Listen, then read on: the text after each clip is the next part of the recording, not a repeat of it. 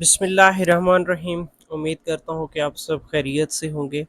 आइए आपको एक प्लेलिस्ट शो हो रही है, गाजी ज़ूलॉजिस्ट चैनल सर्च करके आप लोगों ने ये प्लेलिस्ट, ठीक है, class 12th biology federal board, ठीक है। तो ये प्लेलिस्ट शो हो रही है, यहाँ पे तमाम जो सेकेंड ईयर बायोलॉजी के लेक्चर्स हैं वो डे बाई डे के हवाले से दिए हुए हैं।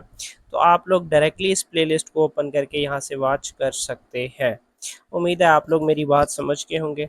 तो नेक्स्ट हम अपने टॉपिक की तरफ चलते हैं।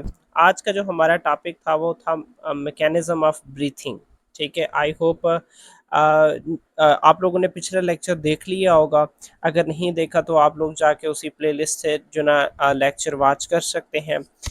लास्ट टाइम हमने पढ़ा था कि रिस्पिरेटरी सिस्टम ऑफ मैन, जिसमें हमने नोज़ को डिस्क्राइब किया था, फिर जो ना ट्रैकिया को डिस्कस किया था। यहाँ पे साथ में स्ट्रक्चर फेरिंग्स होता है, उस फेरिंग्स को भी हमने डिस्कस किया था, ठीक है। और उसके बाद हमने जो ना ऑफ कोर्स ट्रैकिया के साथ यहाँ पे क्या मौजूद होता है, लैरिंग्स मौजूद होता है। हमने उस लैरिंग्स को भी डिस्कस किया था, फर्दर हमने लंग्स को भी डिस्कस किया था। आज हम इस चीज़ को डिस्कस कर रहे हैं कि भाई ये जो ब्रीथिंग है, ये जो एक्सचेंज ऑफ गैसेस है वो कैसे होता है, ठीक है। तो उस ब्रीथिंग का मैकेनिज्म कैसा है? तो actually breathing mechanism has two phases, एक होता है इंस्पिरेशन, दूसरा होता है एक्सपिरेशन। इंस्पिरेशन क्या होता है? जिसमें मतलब गैस को या जो ऑक्सीजन है उसको with in the body intake किया जाता है, ठीक है। और एक्सपिरेशन क्या होता है? जिसमें जो गैसेस है, फॉर एग्जांपल कार्बन डाइऑक्साइड है, उसको बॉडी से बाहर पुश किया जाता है। अब इस मैकेनिज्म के लिए दो चीज़ों का होना बहुत ज़रूरी है, एक है डायफ्राम और दूसरा इंटरकॉस्टल मसल्स। ये वो दो मसल्स हैं जो इस मैकेनिज्म को रेगुलेट करवाने में बहुत मदद करती हैं। अच्छा, अब फर्स्ट जो फेज़ है उसको डिटेल से डिस्कस करते हैं। इंस्पायरेशन। इंस्पायरेशन क्या होता है? कि इंस्पायर करना, किसी चीज़ को अपने अंदर इनटेक करना, एयर को अपने अंदर इनटेक करना, ठीक है। आप इस डायग्राम पे गौर करें। अगर ये डायग्राम आपको समझ आ गया तो जो यहाँ पे साथ में लिखा हुआ है ये क्लियर हो जाएगा। दो से तीन चीज़ें मेजर अकर होती हैं। सबसे पहली बात तो ये, आप डायफ्राम की बात कर लें, ये डायफ्राम डाउन मूव करता है। जब डाउन मूव करेगा तो आप कह सकते हैं ये कंट्रैक्ट होगा, ठीक है। क्या होगा? कंट्रैक्ट होगा। कंट्रैक्ट होकर ये डाउन मूव करेगा। सेकंड क्या चीज़ है कि जो ये रिब्स रिब्स हैं वो बाहर की तरफ मूव करते हैं। अच्छा, मुझे ये बताएं कि जब ये रिब्स आउटर साइड पर मूव करेंगे तो ये जो चेस्ट कैविटी है उसका साइज बढ़ेगा कि नहीं बढ़ेगा? थोरेसिक वॉल्यूम बढ़ेगा कि नहीं बढ़ेगा? ऑफ कोर्स बढ़ेगा। जब थोरेसिक वॉल्यूम बढ़ेगा, लंग्स पे प्रेशर कम होगा तो अल्टीमेटली एयर फौरन अंदर आ जाएगा। आई होप आप लोगों ने मेरी बात समझ ली होगी। फर्स्ट क्या होगा? डायफ्राम कंट्रैक्ट होगा, जिससे डायफ्राम क्या होगा? मूव डाउन होगा। सेकंड क्या चीज़ है कि जो रिब्स हैं वो आउटवर्ड मूव करते हैं। कहाँ मूव करते हैं? बाहर की तरफ मूव करते हैं। और उसके बाद थर्ड क्या चीज़ है कि जैसे ही रिब्स बाहर की तरफ मूव करेंगे, जो थोरेसिक वॉल्यूम है, मतलब जो चेस्ट कैविटी है, उसका वॉल्यूम बढ़ जाता है। और जैसे ही वॉल्यूम बढ़ता है तो वहाँ पे जो लंग पे प्रेशर है वो प्रेशर क्या हो जाता है? कम हो जाता है। जैसे ही प्रेशर कम होता है तो जो एयर है वो रश इनटू द लंग्स और एयर फौरन लंग्स की तरफ चला आता है। बड़ा इजी था ऐसे।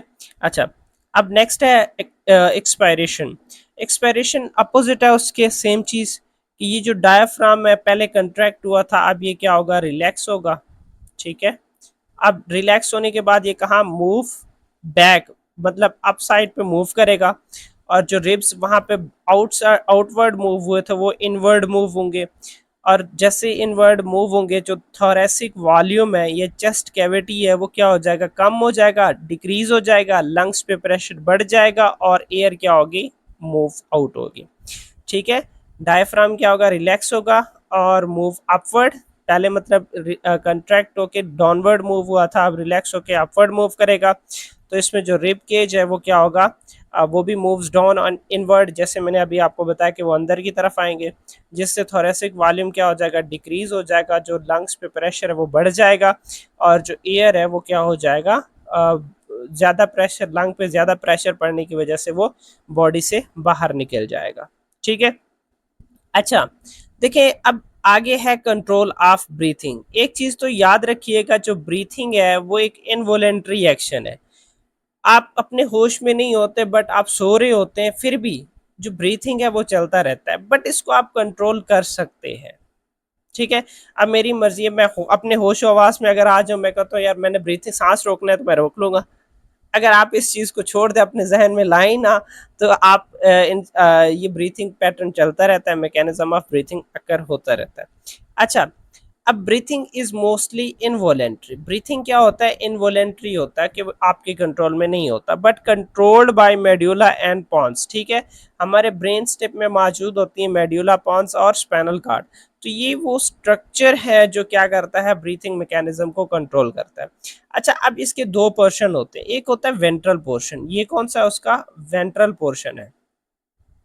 और ये उसका कौन सा है? डॉर्सल पोर्शन या लेटरल पोर्शन कह लें। ठीक है? Lateral portion. तो अब जो इसका वेंट्रल पोर्शन है, उसे हम कहते हैं कि इंस्पिरेटरी सेंटर, जो कि स्टिमुलेट्स ब्रीथिंग, ब्रीथिंग में इन्वॉल्व होता है।